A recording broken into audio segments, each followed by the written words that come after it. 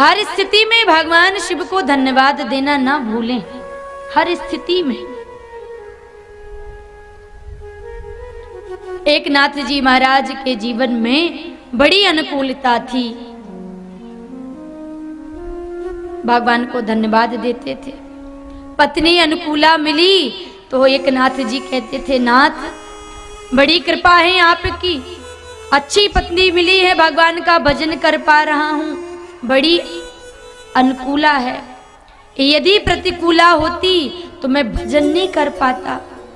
और तुकाराम जी महाराज को प्रतिकूला पत्नी मिली, बड़ी कर्कश वाणी में बोलती है, तब भी भगवान को धन्यवाद तुकाराम जी देते हैं। धन्य है प्रभु, अनुकूला दी होती पत्नी तो भजन नहीं कर पाता, एक कर्कश वाणी में बोलती तो कम से कम आपकी भक्ति में मन तो लगता है। बड़ी कृपा करी। एक बार सब इष्ट मित्र बैठे थे तुकाराम जी महाराज के साथ में, और उनकी पत्नी जल भरने के लिए जा रही थी। सो जैसे ही आगे बढ़ी और देखा कि तुकाराम जी के मित्र बैठे, आवाज देते हुए बोली, इनके पास कोई काम धंधा नहीं है क्या, ये रोज रोज आ जाते हैं।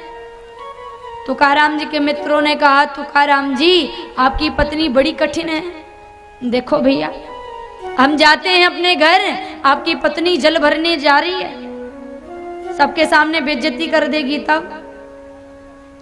तुकाराम जी ने कहा, अरे भैया वो जा रही है, हम बैठते चर्चा करेंगे, बात करते हैं। पत्नी से तुकाराम जी ने कहा, एक बात बताओ, गलत क्यों बोलती हो, क्या गलत करते हैं, हम बैठ करके चर्चा ही सत्संग तो करते हैं। पत्नी जाते जाते बोली, देखो जल भरने जा रही हूं, लौट करके आऊं ना तो दिखना नहीं चाहिए। फिर भी कोई बात नहीं, चली गई। लौट करके आई तो वो मित्र सारे बैठे थे तुकाराम जी के साथ, और मित्र कहें, अरे भैया आज हमारी लज्जा रख लेना, आज बचा लेना, बड़ी कठिन है। जैसे ही आई पत्नी ने देखा तुकाराम जी की तरफ, घूर घूर करके देखने लगी, बोले गए नहीं है अभी तक, अड्डा ही जमाए बैठे हैं ये।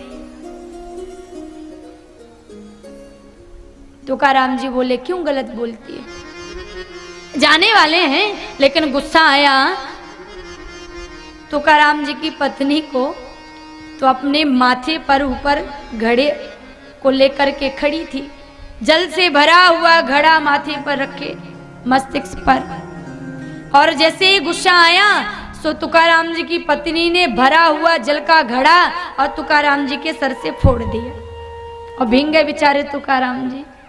लेकिन क्रोध नहीं आया।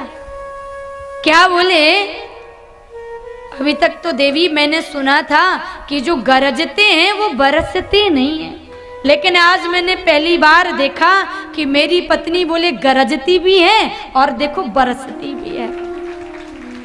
तो हर स्थिति में भगवान को धन्यवाद देना चाहिए, हर स्थिति में।